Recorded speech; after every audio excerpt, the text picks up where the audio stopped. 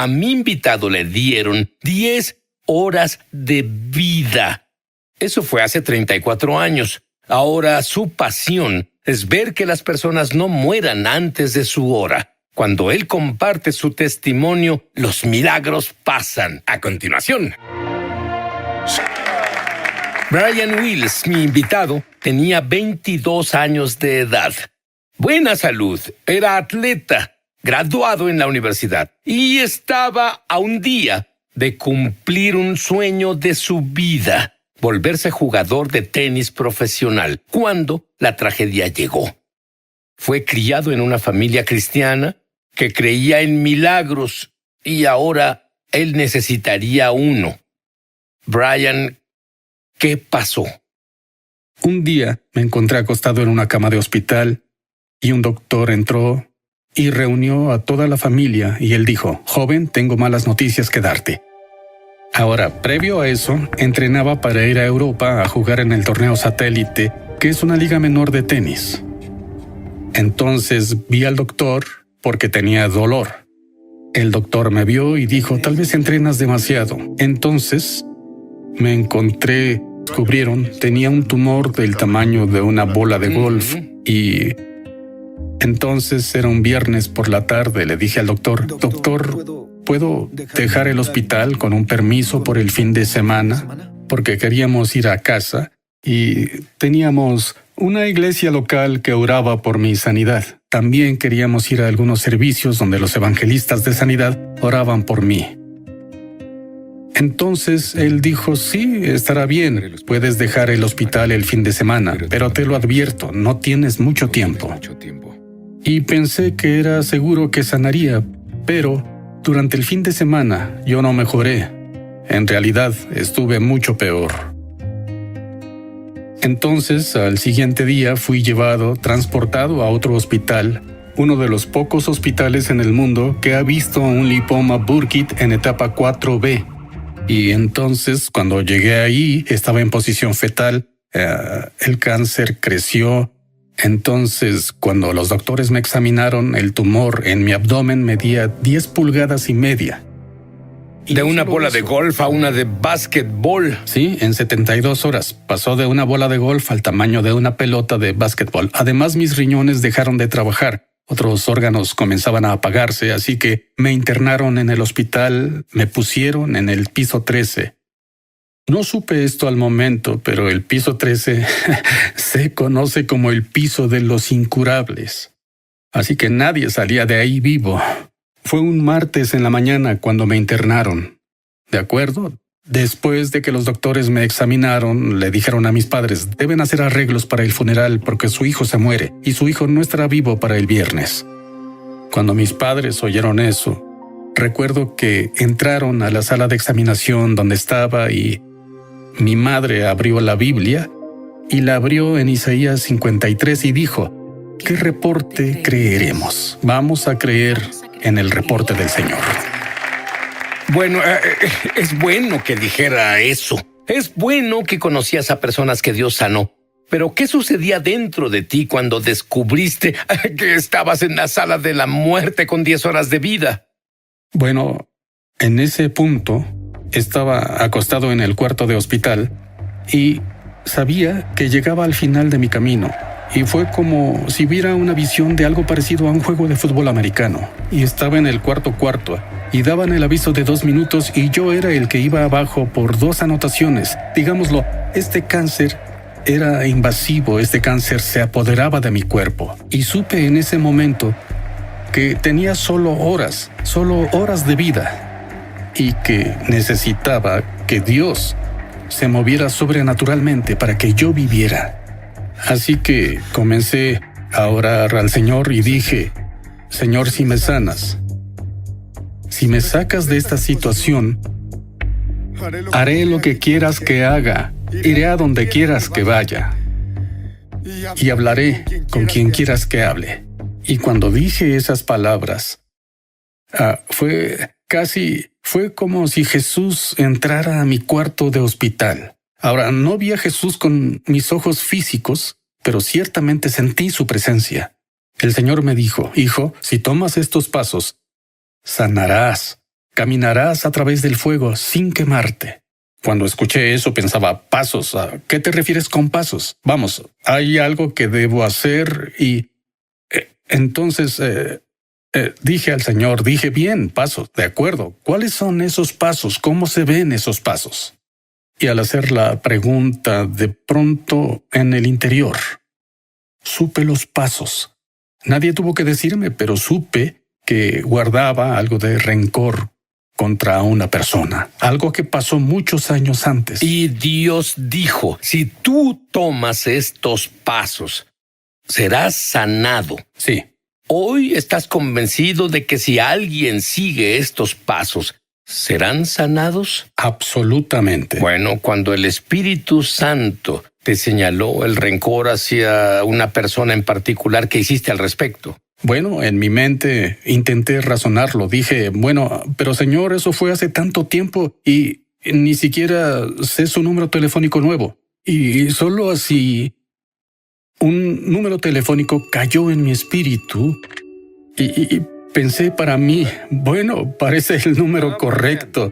Sé que es el código de área correcto. Entonces supe que debía corregir las cosas. Así que alcancé el teléfono y tomé el auricular y marqué ese número. Cuando la persona del otro lado contestó, era con quien debía hablar.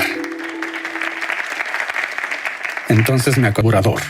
Dios reprenderá al devorador. Dije, una cosa es que yo reprenda, pero es otra que Dios reprenda al devorador. Y le dije a mis padres, dije, escuchen, necesito que vayan al banco, retiren esta cantidad de dinero y denla a la iglesia.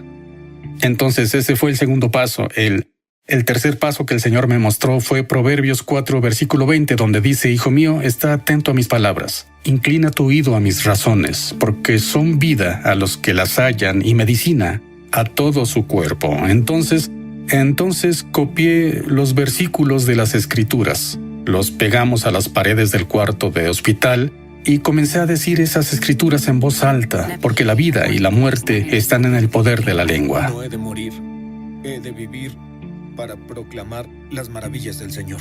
¿Y cuántas veces dirías que repetiste esas escrituras? Unas personas dicen, bueno, la diré una vez. ¿Cuántas veces las dijiste? Bueno, al principio comencé orando solo el Salmo 116, versículo 17. No moriré, sino viviré para proclamar las maravillas del Señor. Salmo 103. Bendice alma mía al Señor y no olvides ninguno de sus beneficios. Él perdona todos mis pecados y sana todas mis dolencias. Y al principio las decía solo unas veces al día, pero mi madre se impuso y dijo, no, esto no es suficiente. Debemos seguir hablando la palabra de Dios porque la vida y la muerte están en el poder de la lengua.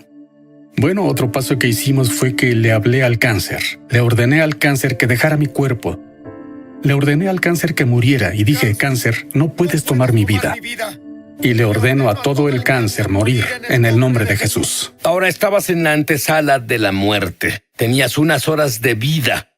Le ordenabas al cáncer, pero ¿qué hiciste sobre el miedo? Debiste estar cubierto de miedo. Sí. Por los primeros 10 días recuerdo que me atormentaba el temor. Entonces parecía que era a medianoche que esos pensamientos de temor llegaban. Decía, no puedo quedarme aquí y no hacer algo al respecto. Y recuerdo buscar detrás de mí y, bueno, prender la luz y comenzaba a leer esas escrituras de nuevo. Sé que viviré y no moriré. Declararé las obras. Tomé autoridad sobre el temor e incluso dije, temor, te resisto en el nombre de Jesús. Dios no me dio un espíritu de temor, sino de poder, de amor y de dominio propio. Tuve que vencer el temor antes de vencer al cáncer. Y aquí estamos, vamos a la ofensiva, ¿cierto? Como familia. Y durante esta ventana de tiempo, en realidad comencé a mejorar. Y los doctores se sorprendieron porque acababan de admitirme para mantenerme cómodo por los últimos días. Entonces comencé a mejorar y los doctores notaron eso. Así que el doctor me dijo, debemos hacer una tomografía, debemos ver dónde está el cáncer.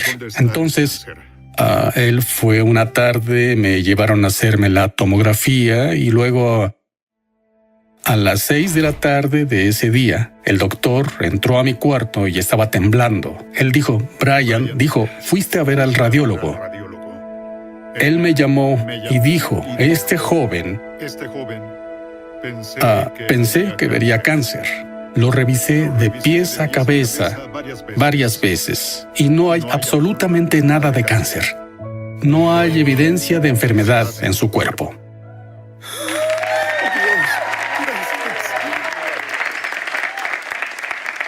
Después de darte no evidencia de enfermedad, de una enfermedad incurable en la antesala de la muerte, del piso Cierto. 13, la antesala de la muerte del hospital, dime, ¿qué sugirieron los doctores?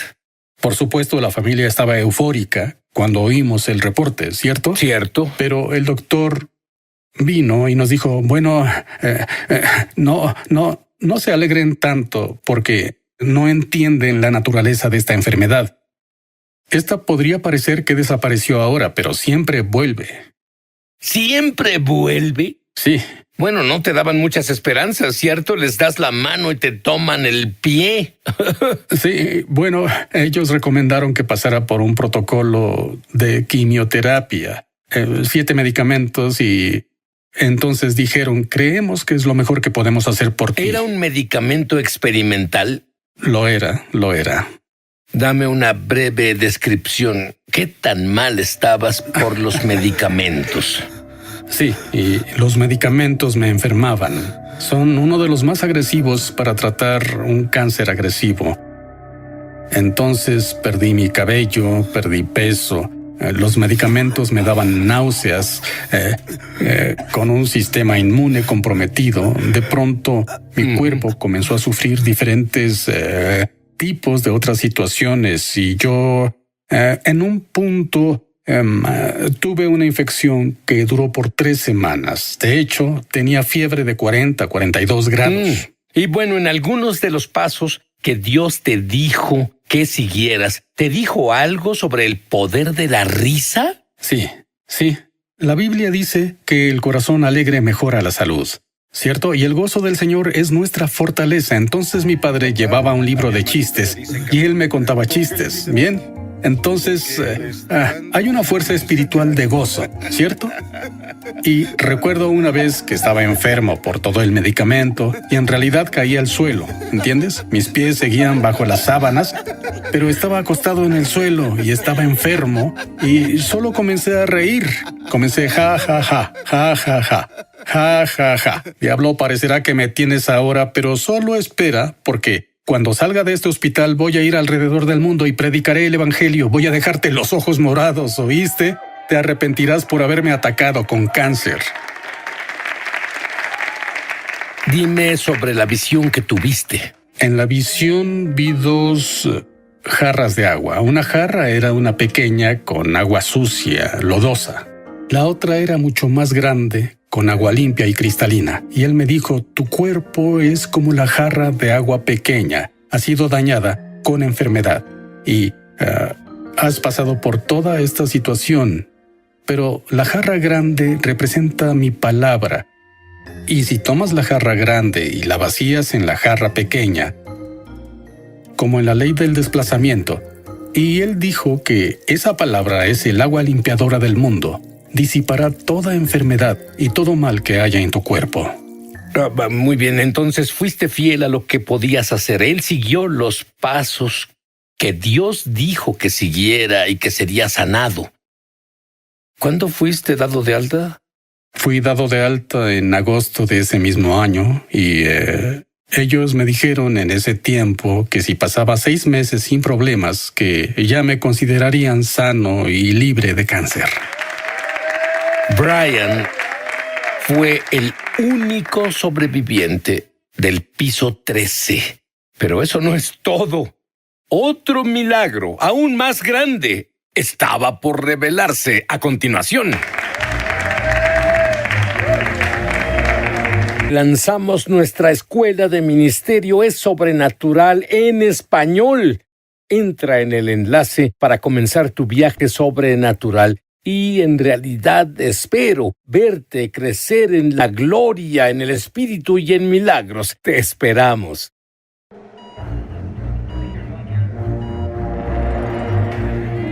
Estamos de regreso a su programa Es Sobrenatural. Brian, después de tus 6 meses, fuiste para una revisión y recibiste, creo yo, la sorpresa de tu vida. ¿Qué te dijo el doctor? Sí, y fui a mi revisión de 6 meses, ¿de acuerdo? Y me alistaba para salir y el doctor me detuvo. Y él dijo, debo decirte algo. Este hospital, los doctores aquí están perplejos con tu historia. Número 1, fuiste sanado del cáncer. Y no hay explicación médica para eso.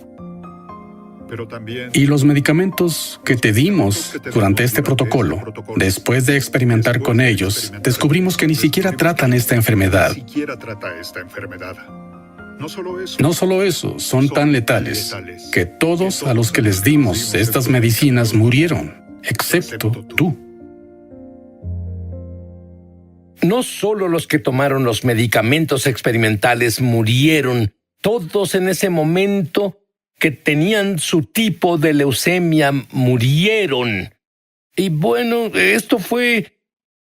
Tú eres como un milagro cuádruple, según he escuchado. Pero bueno, te dieron de alta, ya libre, estabas entero, estabas agradecido y saliste a hacer tu carrera. Él quería ser tenista profesional. ¿Y qué hiciste? Y me fui unos meses después a perseguir mi sueño de jugar tenis. Y durante el tiempo que perseguía eso, mis prioridades cambiaron. Porque recuerdo lo que es estar enfermo y estar en el hospital. Dije, hay demasiadas personas hoy que están enfermas y están muriendo. Y aquí Dios me dio el antídoto. Era mi sueño hacer eso.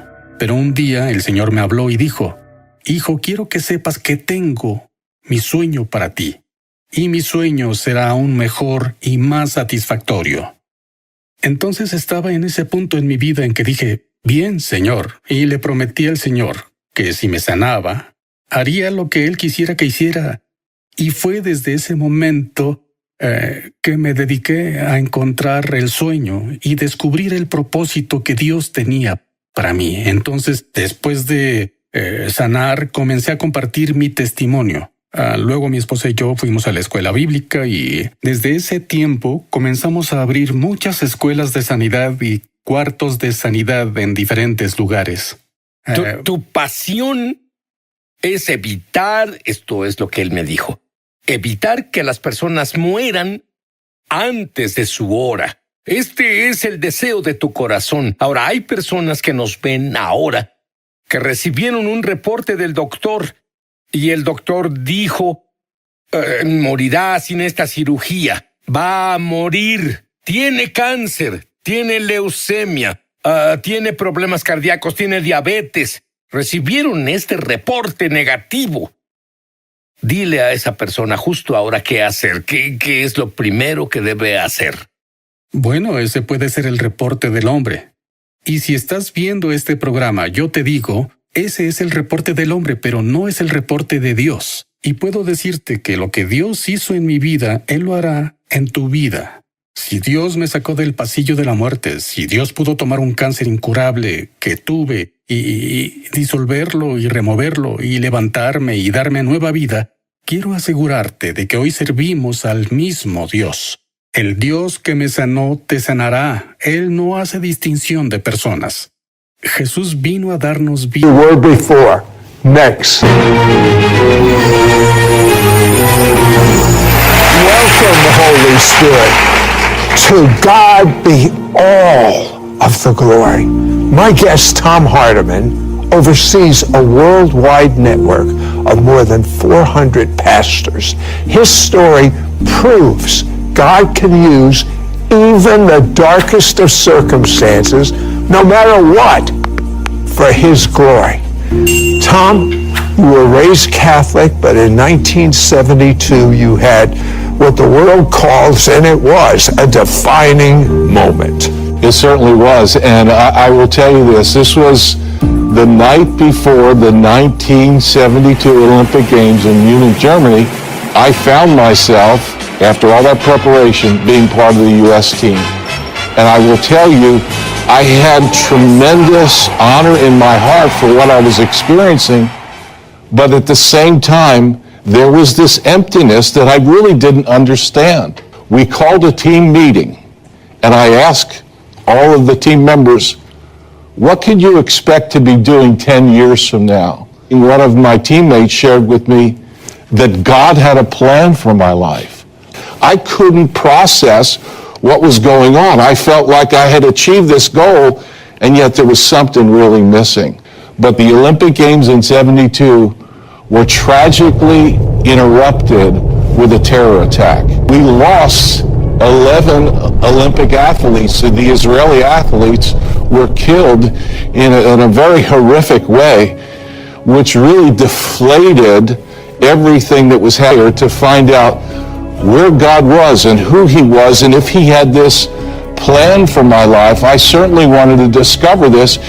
This altered the course of my life. When I asked Jesus to come into my life, there was something that happened that had never been there before. It was the reason for my existence.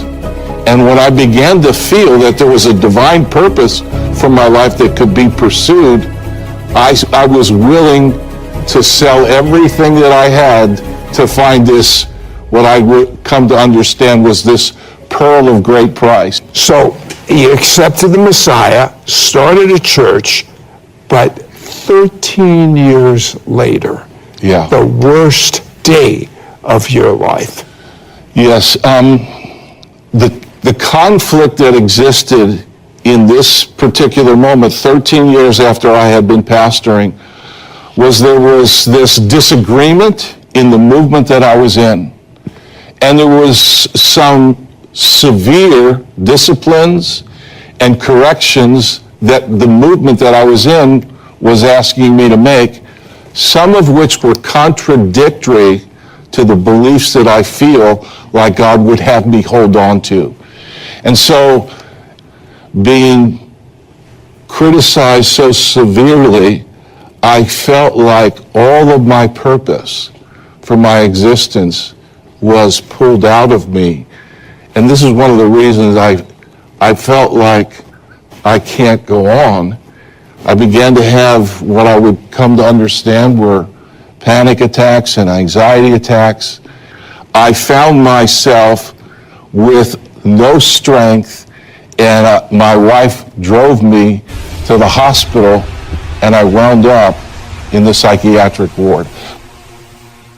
Through all of this, I felt from the words that were spoken to me and the criticism that was given to me, there was no future, no hope, and no direction that I would have for my life. I had concluded from the things that were being said that I had failed God.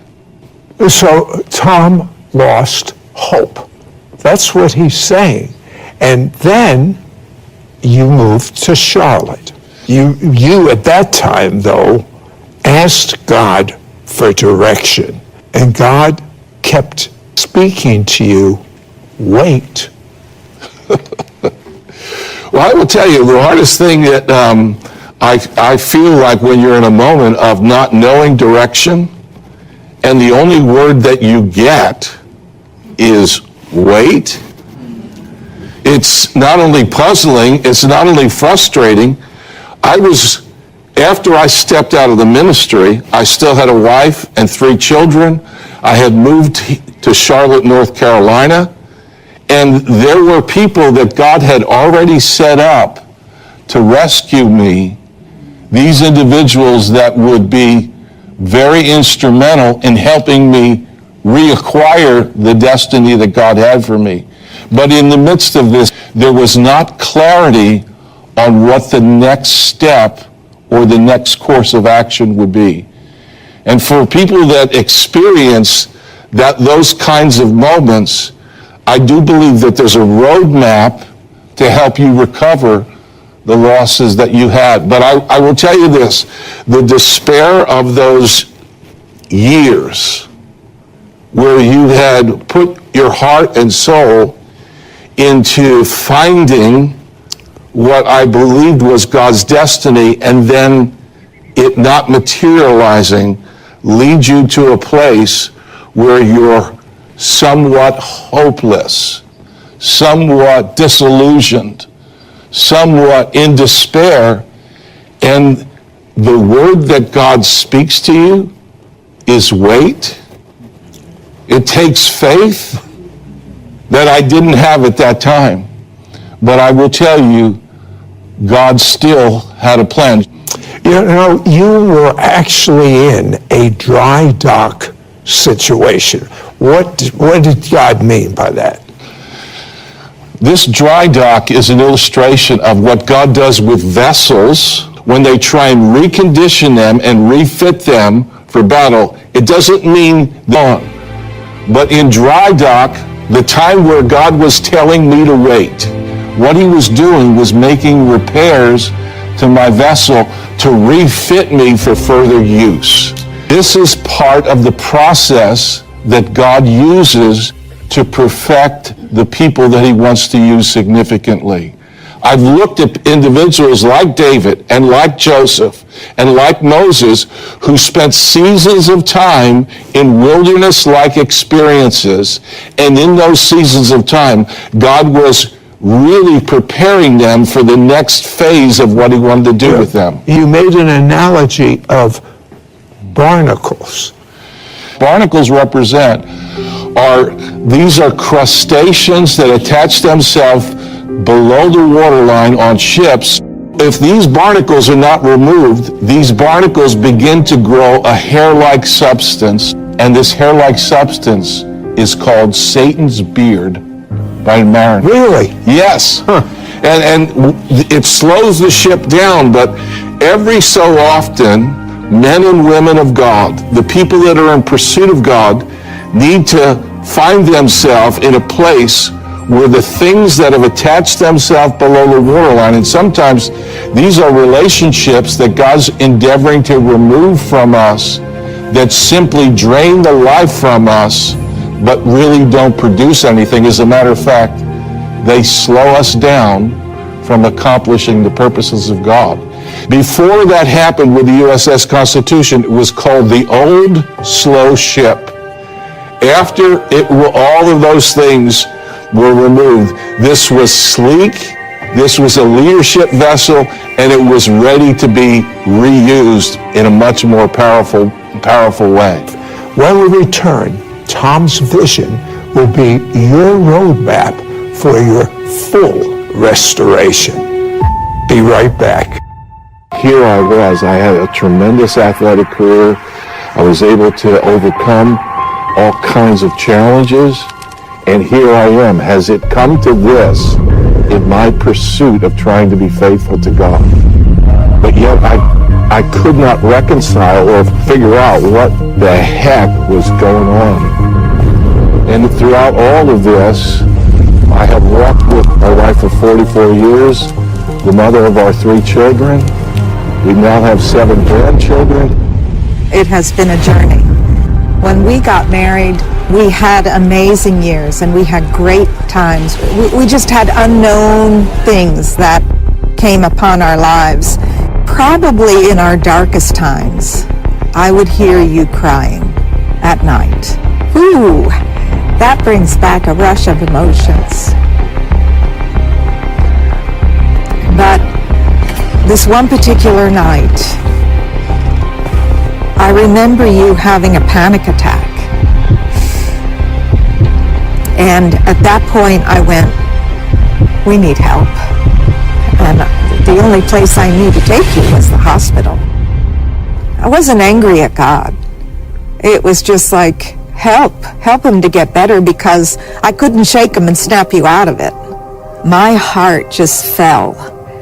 And that was traumatic. Well, when I had to leave you there, then it really hit me. Coming down the highway, the kids were not with me. And I remember thinking, just drive off the road and you'll end it. I mean, I don't get those kind of thoughts. That never had happened. I need a tissue.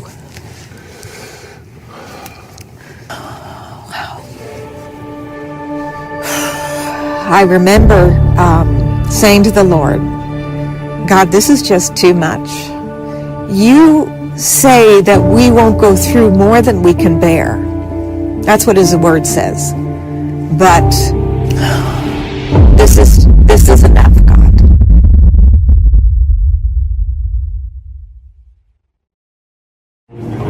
We now return to It's Supernatural. Tom says God takes note of our losses and gives us back the years we have lost. Explain that.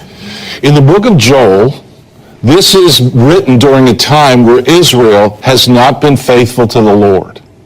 But here's what God says. If you will return to me, I'll return to you, and I will restore to you the years. And so, this was most meaningful to me because I felt like in my years of waiting, in my years of being set aside, and I felt like in the moments in which I had felt and all of those words that had been spoken unto me that were so negative, I felt like, can God ever reuse me? And this promise of restoring years. And the picture that you have when you read Joel is God's going to give you a new harvest. But what God's not only going to do in giving you a new harvest, he remembers what you lost by not having previous harvests. And so he gives you a new harvest, but he takes that which the palmer worm and the cankerworm and the caterpillar have stolen, and you have a new harvest, but he remembers what you missed in the previous harvest, and he adds that to this new harvest. There's many people that have felt like they have been set aside or missed God, and God has the capacity. As a matter of fact, he is the one that is promising, I'm going to restore to you lost harvests and lost years. When God says that there's a restoration that's required when people suffer pain and suffering, and he requires a sevenfold restoration, somebody's keeping note of all of that. And so God calculates when people have been through hardship and difficulty and heartache, some of which we may have brought upon ourselves, or some of which have been done by people that have not had great intent towards us. God takes note of that, and I believe that there's a day in the lives of people where God draws a line, and I found this happening in my own life, where God drew a line and said, no more losses. Well, you got offered a wonderful job with Rick Joyner at Morningstar, and before work, you received a call. It was going to start on a Monday. A call came on a Friday and said, Tom, we've been praying about this. God just spoke to us. You're not the man for the job, but you need to unpack your winter clothes. You're moving back to New Jersey, the land of my suffering, the land of my heartache, the land where people had thrust us out of. And that wasn't too well received. It wasn't particularly well received by my wife. But we knew that we wanted to obey God, so God sent us back to the very place where we had suffered so much. We had been so maligned. But I will tell you this was God preparing a place for us in the presence of our enemies. And God was going to shift around and turn around all the negative things that had been said about us, all the negative things that had been done. And in a moment in time, all of what I had planned was shifting because God had a different plan to restore, and he wanted to restore to us in the presence of the people that had been so maligning to us. He wanted to restore to us our reputation, our dignity, and our ministry.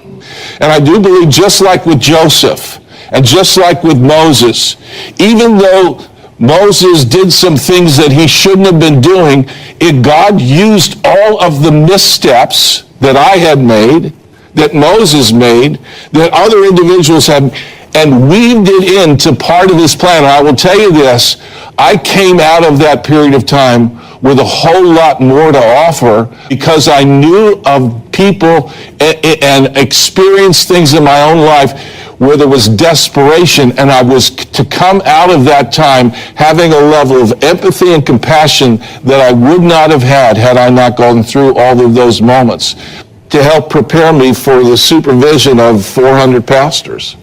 Okay, in your brand new book, Restored, Tom teaches how to recognize the redemptive threads woven into our circumstances. Give us some of these redemptive threads. One of the strongest chapters in the book is that of silent messengers. My older sister was born severely and profoundly retarded, who at 75 years old died and never had spoken a word in her life. And the Lord spoke to me and said, your sister preached a more powerful message to your family than 10,000 preachers could have ever spoken. There are circumstances that we go through where God seems to be silent, but he's speaking powerful messages to us. And in moments where things seem to be out of control, or we don't seem to have a handle on what God's doing, or he's telling us to wait, there are profound messages in those moments in time, and we certainly don't want to miss those messages because it's part of what God needs for us to understand as our future unfolds. Tell us about the wounded soldier vision. The Lord took me to Fort Dix, New Jersey, in a vision, in an open vision, and I saw parade fields, 20 football fields all put together. And the Lord takes me up to the platform and he says to me, I want you to help these. And I could tell that it was a battlefield full of wounded people. And I looked back at the Lord, knowing what I had been through and knowing my own pain. And I told the Lord, I don't want the job. But I could tell from the look on his face in this open vision that I had really disappointed him. And so I said, okay, I'll take the job. And with that, he vanished. And so I proceeded to go through this field, and I could tell that it was just filled with wounded people after wounded people. And I shouted out, you can't leave me like this. And with that, he reappears, and I see, he points to a group of what are called the Fife and Drum Corps in the corner of the field. He said, just get these up and marching. I exhort them to get up. I help lift them up. And I could tell as I'm doing this, this is not a modern day army. This is the army from 1776. This is a battle for liberty and freedom.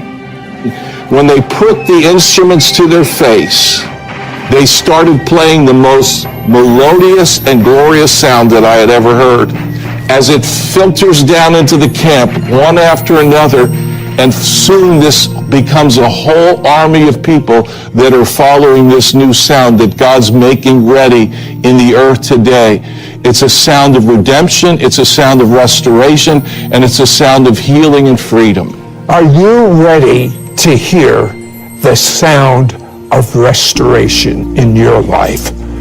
There's a starting point.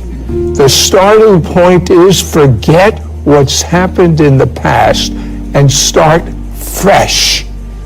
Start as if this is the first day of your life. Repeat this prayer after me. Dear God, I'm so sorry for my mistakes. But I believe your blood was more than enough to wipe my slate clean. And I'm free. Now that I'm free, Jesus, come